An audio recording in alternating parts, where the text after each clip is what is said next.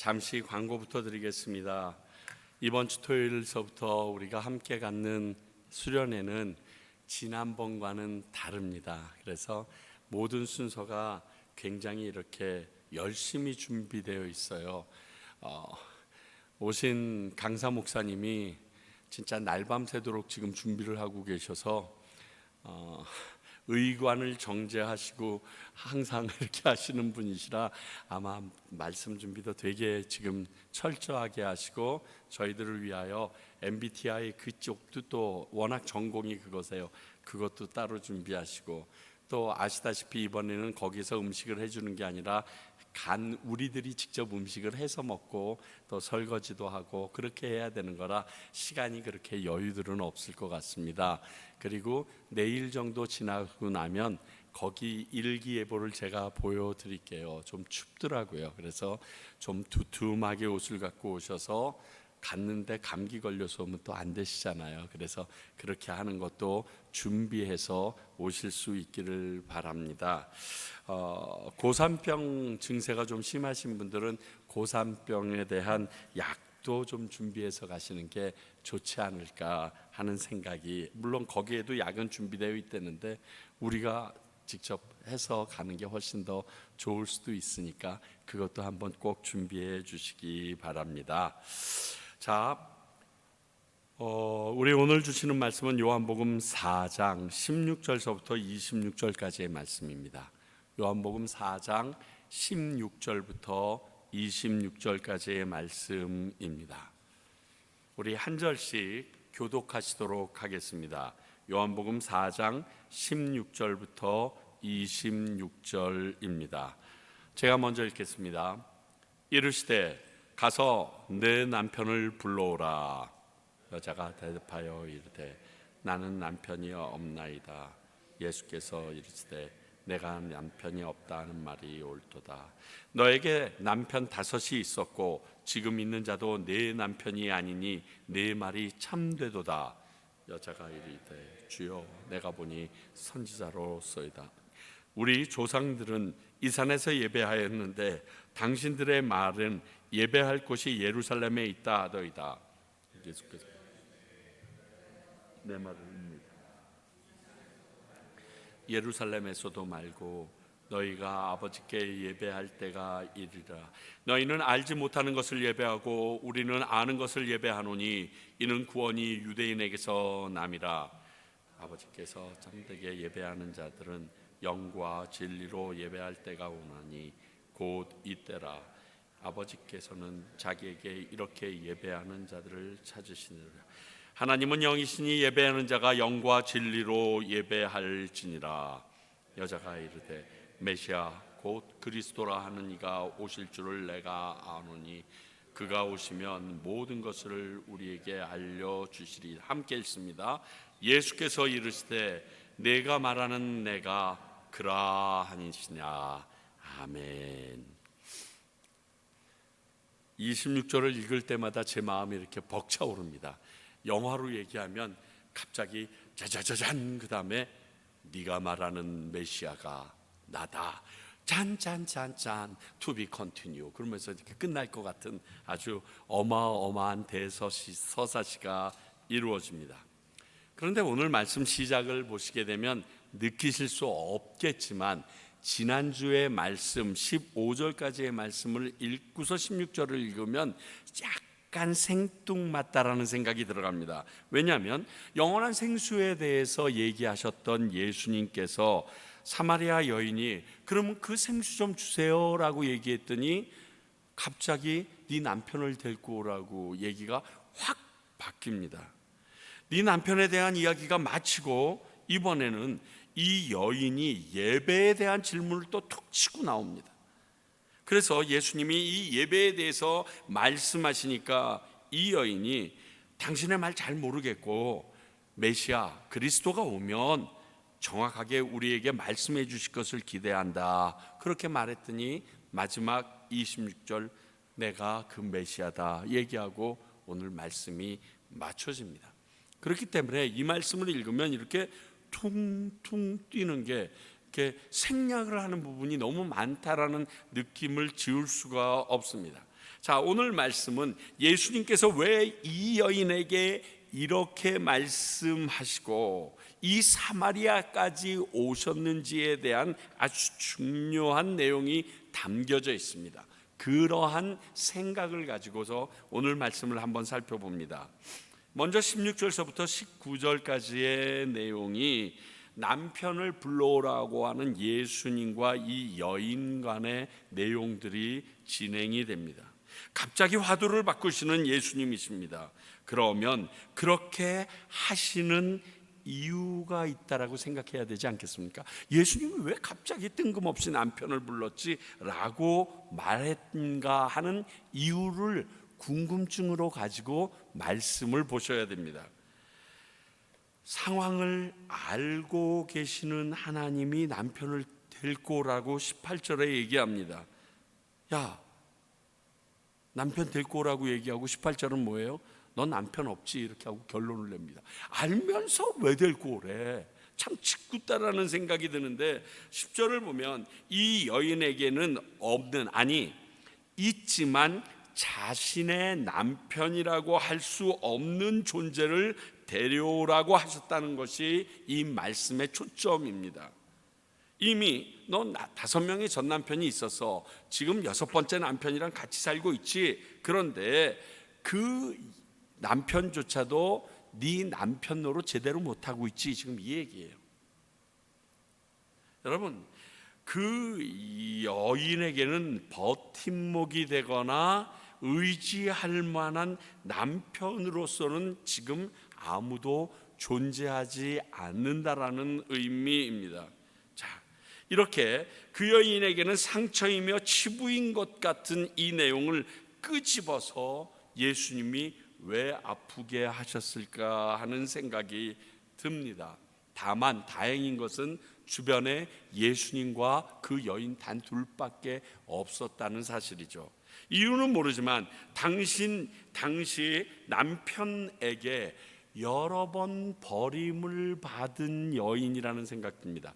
당시에 여자가 남편을 버릴 수 있는 아무런 요소나 사회적인 구조는 없었습니다.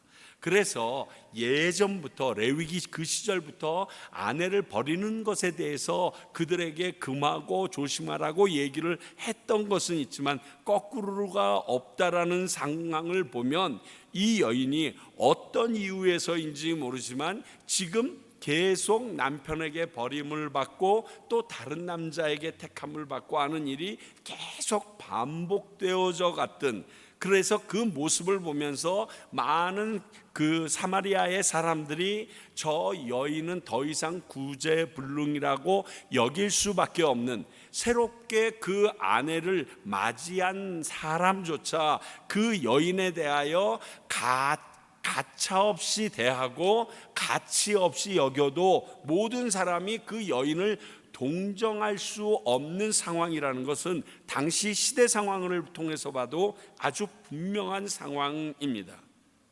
그렇다면 왜 이렇게 하셨을까? 우리 19절 한번 볼까요?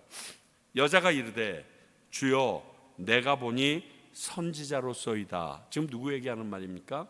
이 여인이 예수님에게 하는 이야기입니다. 남편 데려오라고 했는데 그래, 앞에도 5명 있었지, 지금 사는 사람도 네 남편이 아니다, 네 말이 옳다. 그러니까 화들짝 놀란 겁니다. 주여 내가 보니 선지자로소이다. 예수님에 대한 호칭이 뭐로 바뀌었습니까? 주여 선지자, 이걸로 바뀝니다. 왜냐하면 예수님이 여느 랍비 정도는 아니구나, 용하시네, 이거예요. 내 과거도 다 꿰뚫고 계시네, 이 말이에요. 이렇게 예수님께서 자신의 전지하심을 통해서 하나님의 사람을 부르시는 경우가 이곳 말고도 우리가 이미 요한복음 1장에서 경험했습니다. 기억하세요?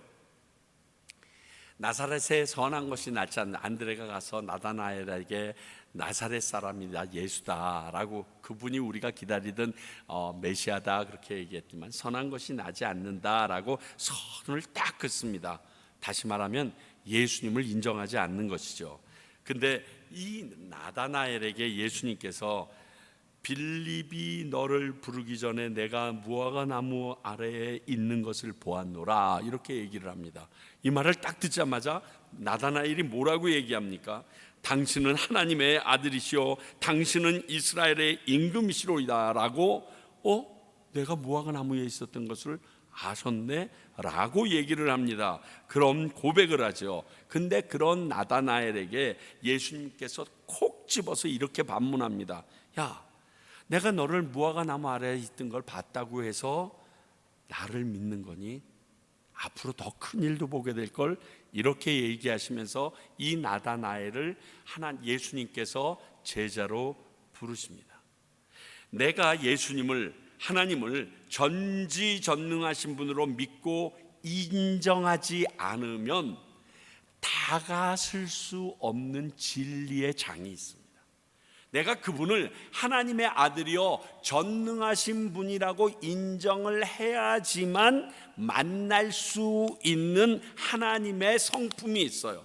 하나님의 형상이 있어요. 그분의 진심의 모습이 있다는 것입니다. 다시 말해서 멀리서 그분을 인정하지 않을 때는 내가 가지고 있는 생각이나 모든 것이 그저 4대 성인 중에 한 명이야, 여러 신 중에 하나야, 우리가 아는 기독교는 그냥 여러 불교나 천주교처럼 모든 그 종교 중에 하나 정도야, 모슬렘이나 똑같이 이렇게 얘기할 수밖에 없는 우리들이 된다는 거예요. 그러나 그 하나님의 전지전능하심을 경험함으로 말미암아 그분 앞에 무릎을 꿇고 내 주님이시여 내 하나님이십니다 라고 고백할 수밖에 없는 일, 나중에 우리가 도마를 통해서도 이것을 경험합니다. 도마가 예수님이 부활하셨을 때 자기가 없었기 때문에 없다고 말하고 내가 그 손 봐야 된다라고 얘기했을 때 예수님이 그들 가운데 나타나셔서 도마에게 보여주십니다. 그리고서 무릎 꿇고 나의 주 나의 하나님 이렇게 고백하잖아요. 아무리 예수님과 오래 있었어도 그 하나님의 전지전능하심을 경험해야만 다가갈 수 있는 그 하나님의 믿음의 경계가 있다고요. 그것을 오늘 이 여인이 누린 겁니다. 너 남편 5 있었어. 지금 있는 남편도 네 남편 아니지? 오 주여. 그렇게 하고 다가서서 그분을 경험할 수 있는 그 시간이 있습니다. 요한복음 4장 10절 볼까요? 예수께서 대답하여 이르시되 내가 만일 하나님의 선물과 또 내게 물을 달라 하는 이가 누구인 줄 알았더라면 내가 그에게 구하였을 것이요 그가 생수를 내게 주었으리라. 이 얘기를 예수님께서 사마리아 여인에게 이미 하셨습니다. 그럼에도 불구하고 지난주일 나눴지만 예수님, 예수님이 아니라 당신이 누굽니까? 라고 묻질 않는 거예요, 이 여인이. 그러니까 예수님께서 네 입으로 내가 누구인지 알게 할 수 있는 방법은 나의 전지전능함을 너에게 드러내는 수밖에 없는 거예요. 그래서 지금 이 일을 하시게 합니다. 예수님은 이 여인이 더욱 다가올 수 있도록, 예수님이 어떤 분이신지 깨달을 수 있도록 이런 방법을 사용하십니다.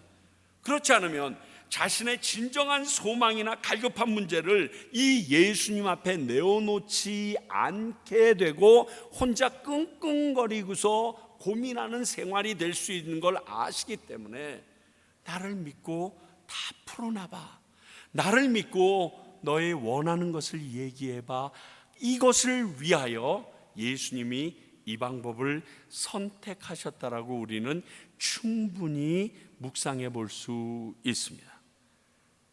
그런데 20절을 보게 되면요, 이 여인도 이 중간에 무슨 말이 있었는지 없었는지 모르겠지만 오늘 성경에 뜬금없이 예배에 대해서 묻습니다. 우리 사마리아는 우리 이곳에서 해야 되는데, 이 산에서 해야 되는데 어떻게 예루살렘에 있다고 그러는데 어떡합니까? 얘기합니다.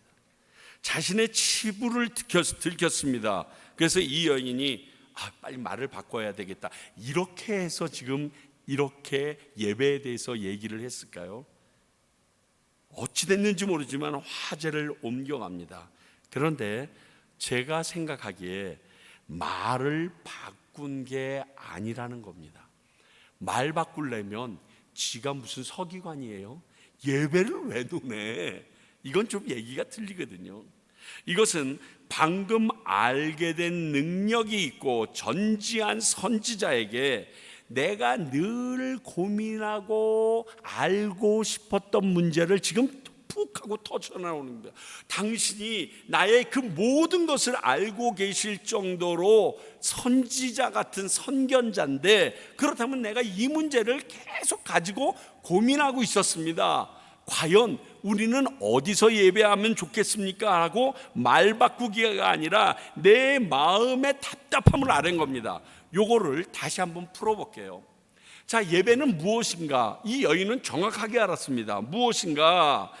하나님을 만나는 통로가 예배라는 것을 알았어요. 제사를. 그러니까 나 하나님 만나고 싶습니다. 그래서 그분을 만날 수 있는 예배의 처소와 방법들을 알고 싶습니다. 그걸 당신이 좀 그런 선견자니까 얘기해 주실 수 없습니까? 라고 얘기하고 있습니다. 다시 말하면 하나님을 만나기를 간절히 원했던 여인이에요. 왜? 왜 이 여인은 하나님을 만나기를 원했을까요? 너무나 힘든 세상에서 이 힘든 나의 삶을 좀 해결받고 싶었어요. 하나님, 나는 왜 이렇게 살아야 합니까? 다른 사람들은 결혼해서 잘만 살고 애 낳고 잘 살던데 나는 왜 이렇게 5명의 남편, 이제 6번째 남편이랑 사는데도 그 남편조차 내 마음 둘 곳이 아닌 이러한 비참한 삶, 그것도 나만 아는 게 아니라 온 사마리아 땅이 내가 그런 인생인 것을 알아서 이 떼약볕 가운데 야곱의 우물까지 나와서 혼자 몰래 물을 길어 가야 되는 이런 진짜 진절머리 나는 삶을 살아야 되는 이유가 뭡니까? 하나님, 난 당신에게 이것에 대하여 듣기를 원합니다 하는 게 이분이 하나님을 만나는 예배라는 통로에 대해서 간절히 구하는 모습입니다. 그리고 이 여인은 하나님과의 만남이 예배라는 사실을 확실하게 믿고 있었다는 거예요. 사랑하는 성도 여러분, 이렇게 예배가 살아계신 하나님의 만남임을 아는 게 아니라 믿음으로 오늘 예배에 참석하셨는가? 또 예배에 나오실 때마다 이런 간절한 기대감과 믿음을 가지고 예배에 나오시고 계신가를 우리는 자문자답해야 합니다. 여러분들이 나오는 예배 가운데 살아계신 하나님이 오늘 나를 만나 주실 것이라는 믿음을 가지고 나왔느냐는 거예요. 우리가 예배가 습관적으로 되다 보면요, 이러한 맹점이 드러나게 됩니다. 두렵고 떨림은커녕 하나님의 존재에 대한 인식조차 희미한 상태에서 예배 드리러 올 때가 있습니다. 여러분 자신도 알아요. 예배 드리러 와서 처음 만나는 사람과 내가 관심 가지는 대화가 무엇일까를 여러분들이 딱 체크업할 때, 예배 드리러 왔을 때 내가 하나님 만나러 온 게 먼저가 아니었는데 금방 알 수 있어요. 우리가 그렇게 얍삭해요. 21절에서 24절까지 예수님께서 그 예배에 대해서 설명하신 내용에 대해서는 다시 한번 다루도록 하겠습니다. 이건 갑자기 예수님께서 갑자기 신학적으로 쑥 들어가면서 나누셨기 때문에요. 그러나 바리새인도 아니죠. 이 여인이 서기관이나 제사장도 아니었는데 이 사마리아 여인이 이렇게까지 말씀하신 예수님의 마음은 확실합니다. 네가 간절히 만나고자 하는 그 하나님을 예배를 통해서 만날 수 있다, 이것과 너도 그러한 모습이어도 만나 주신다는 거예요. 네, 나 같은 놈을 하나님이 만나 주시겠어? 아니라는 거예요. 그렇습니다. 찾고 구하는 자를 만나 주시는 예수님입니다. 지난주에 나누었던 이 말씀을 다시 말씀드릴 수밖에 없습니다. 예레미야서 29장 12절 13절. 너희가 내게 부르짖으며 내게 와서 기도하면 내가 너희들의 기도를 들을 것이요 너희가 온 마음으로 나를 구하면 나를 찾을 것이요 나를 만나리라. 이 사마리아 여인이요 이렇게 하나님을 만나고 싶어 찾던 사람이었습니다. 이 여인을 예수님은 만나 주시러 사마리아까지 오신 것입니다. 전혀 과장이 아닙니다.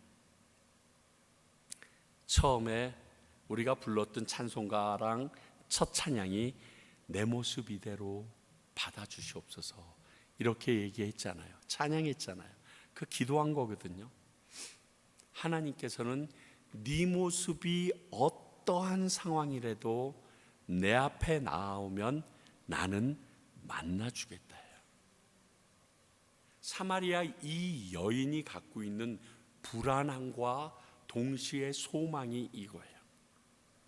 사람들이 다 외면하는데 나 같은 놈을 하나님은 만나 주실까? 여러분 죄송하지만 이 오늘 말씀이 요한복음 안에서 예수님이 본인이 다른 사람들에게 예수 그리스도 메시아라고 밝히는 첫 번째 장이에요. 그것을 모든 사람들 유대인들이 짐승 취급하는 사마리아에서 그 사마리아 여인 중에서 그 사마리아 땅에서도 외면받는 그 여인에게 찾아가 주셨다는 것은 굉장한 의미가 있어요. 다른 말로 얘기하면 하나님을 찾는 자를 만나주지 않을 사람이 없다라는 거예요. 주님 앞에 내가 나아갈 때 어저께까지 죄 졌어요. 나의 삶이 이 모양 이 꼴이에요. 이 한인 사회에서도 누구도 돌아보지 않아요. 이거 다 소용없어요. 내가 전심으로 찾고 찾는 그 주님이냐 아니냐가 문제인 것이에요. 예수님은 이외에도 이렇게 사람들에게 외면당하고 살아가는 그러나 간절하게 찾고 찾는 자들을 찾아가서 만나주시는 분이셨어요. 자, 우리 잘 아는 세리장 삭개오 생각해 봅시다. 누가복음 19장 3절 4절입니다. 그가 예수께서 어떠한 사람인가 하여 보고자 하되 키가 작고 사람이 많아 할 수 없어 앞으로 달려가서 보기 위하여 돌 무화과 나무 위에 올라가니 이는 예수께서 그리로 지나가게 되밀어라. 자, 세리장이에요. 세리가 아니라 그 세리들을 전체 관장하는 세리장이에요. 그리고 성경은 부자라고 표현했어요. 얼마나 휘황찬란한 옷을 입었겠어요. 세리장으로서 다른 사람이 손가락질하니까 그것을 내가 가진 것으로 치장하기 위하여 잔뜩 차려입었는데 돌 무화과 나무 위에 기어 올라갑니다. 뭐 때문에? 예수님 만나려고. 왜 예수님을 만날까요? 내가 돈을 가지고 그리고 많은 사람들에게 매국노라는 손가락질을 받으면서라도 이것으로서라도 자기의 위치를 갈구했는데 안 되더라는 거예요. 해결점이 안 나와요. 그런데 그 예수님에 대해서 소문을 들었는데 그 예수님을 만나면 그 예수님은 나에게 이 상황 가운데 놀라운 해결점을 제시해 주실 수 있는 분이라는 믿음이 있는 거예요. 그래서 내 체면이고 뭐고 상관없이 돌 무화과 나무 위에 올라가서 대롱대롱 매달려서 그 예수님을 보기를 원합니다. 이런 삭개오에게 누가복음 19장 5절에 예수님은 말씀하십니다. 예수께서 그곳에 이르사 쳐다보시고 이르시되 삭개오야 속히 내려오라. 내가 오늘 네 집에 유하여야 하겠다 하시니. 그 뒤에 많은 사람들이 유대인들이 이 예수님을 보고 수군거리기를 뭐라고 수군거립니까? 죄인의 집에 들어가네. 상관없어요. 예수님은 간절히 구하고 찾는 자를 향하여 찾아 나아가십니다. 자, 그곳에 있는 분을 지나칠 수도 있었는데 정확하게 바라보면서 내려와 삭개오야, 나 오늘 니네 집에 가고 싶어. 주님, 내가 당신을 만나고 싶어요. 사랑하는 내 아들아, 내 딸아, 내가 오늘 네 마음에 함께 있고 싶어. 이분이 우리 주님이에요. 그분이 오늘 이 사마리아 여인을 찾아간 겁니다. 이때 우리 삭개오 같은 경우에는 예수님을 맞아들였을 뿐만이 아니라 자신의 잘못을 고백합니다. 그리고 그것에 대하여 다 갚겠다고 회개를 합니다. 그때 예수님께서 이 집에 구원이 이른다. 이들도 아브라함의 자손이다 얘기해 주십니다. 이런 예수님이시기에 이 사마리아 여인을 만나 주시기 위해 지금 사마리아 땅을 관통하여 그 낮 시간에 제자들은 음식을 얻으러 갔을 때 홀로 남아 매일 그 시간에 오는 이 사마리아 여인을 특별히 만나 주시기 위하여 왔다라고 얘기하고 우리가 해석을 해도 이건 과대가 아니라는 거예요. 네가 사마리아 여인 같은 자냐? 삭개오 같은 자냐? 그런데 나를 만나고 싶으냐? 내 안에서 그곳에서 하나님을 만나는 길을 찾고 싶으냐? 나는 너를 만나기 위하여 모든 것 제치고 간다. 모든 사람이 나에게 손가락질하고 왜 그렇게 하냐고 해도 난 상관없다. 나를 만나기 원하시는 너를 위해서, 나를 간절히 구하는 너를 위하여, 하나님을 간절히 열망하는 너를 위하여 나는 그 자리에 간다.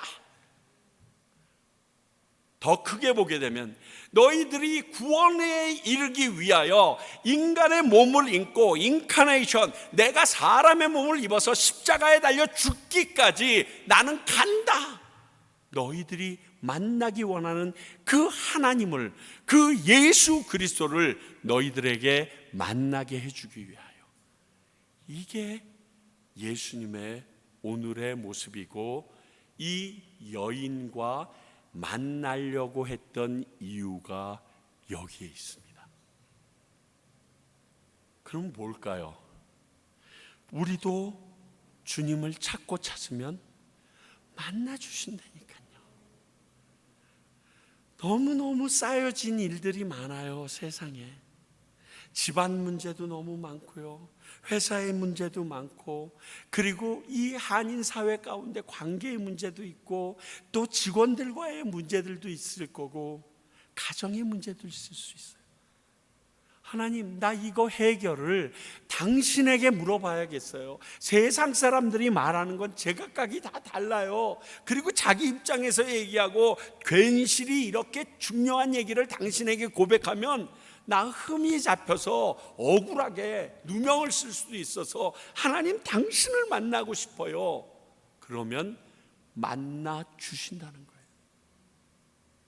주님이 찾으시는 그 한 사람, 그 예배자, 내가 그 사람 되길 간절히 주께 예배하네. 이걸 원하세요. 오늘 이 여인은 이렇게 예배자로서 메시아로 오신 예수님을 만나게 됩니다.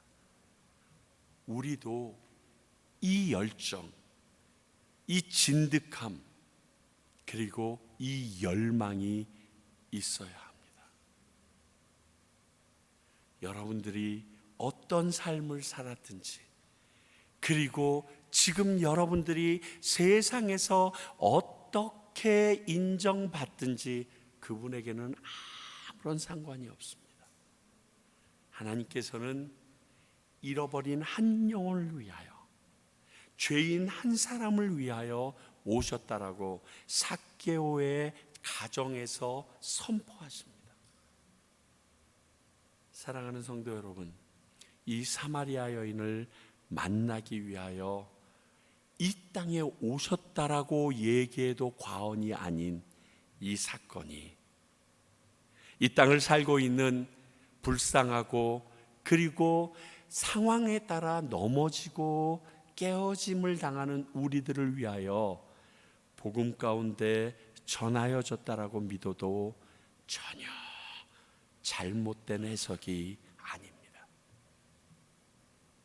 여러분들을 위하여 오신 그 예수님, 여러분들을 위하여 끊임없이 기다리고 계시는 그 하나님, 그분을 갈망하는 마음으로 여러분 꼭 살아가시기 바랍니다. 그렇게 예배드리러 오십시오. 이번 수련회도 그 하나님을 여러분들이 만나게 되기를 원합니다. 우리 목적이 하나였으면 좋겠어요.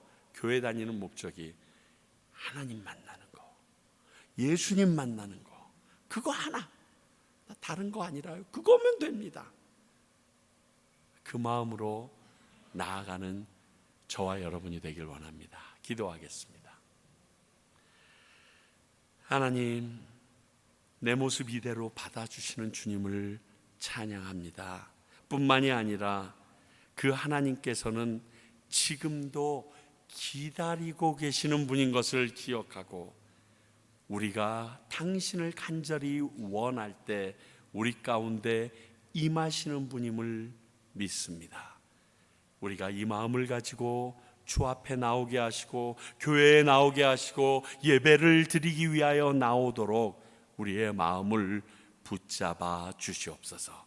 그래야 오늘 이 사마리아 여인이 예수 그리스도 즉 메시아를 만난 것처럼 내 안에 놀라운 해결자 되시는 주님을 경험하는 주의 백성들 되게 하여 주시옵소서. 지금은 우리 주 예수 그리스도의 은혜와 하나님의 크신 사랑과 성령님의 말씀이 기억나고 깨달아지게 하시고 믿게 하는 능력이 오늘 나 같은 자도 주님 앞에 간절히 구하면 만나 주신다는 것을 믿고 돌아가는 주님의 귀한 백성들과 하나님의 말씀이 무엇보다도 귀한 사랑을 표현하고 있다는 것을 가리키는 평강교회와 이 말씀을 통하여 거듭나는 것이 살 길임을 오늘도 전하고 계시는 선교사님들 위해 이제로부터 영원히 함께 하시기를 간절히 축원하옵나이다. 아멘.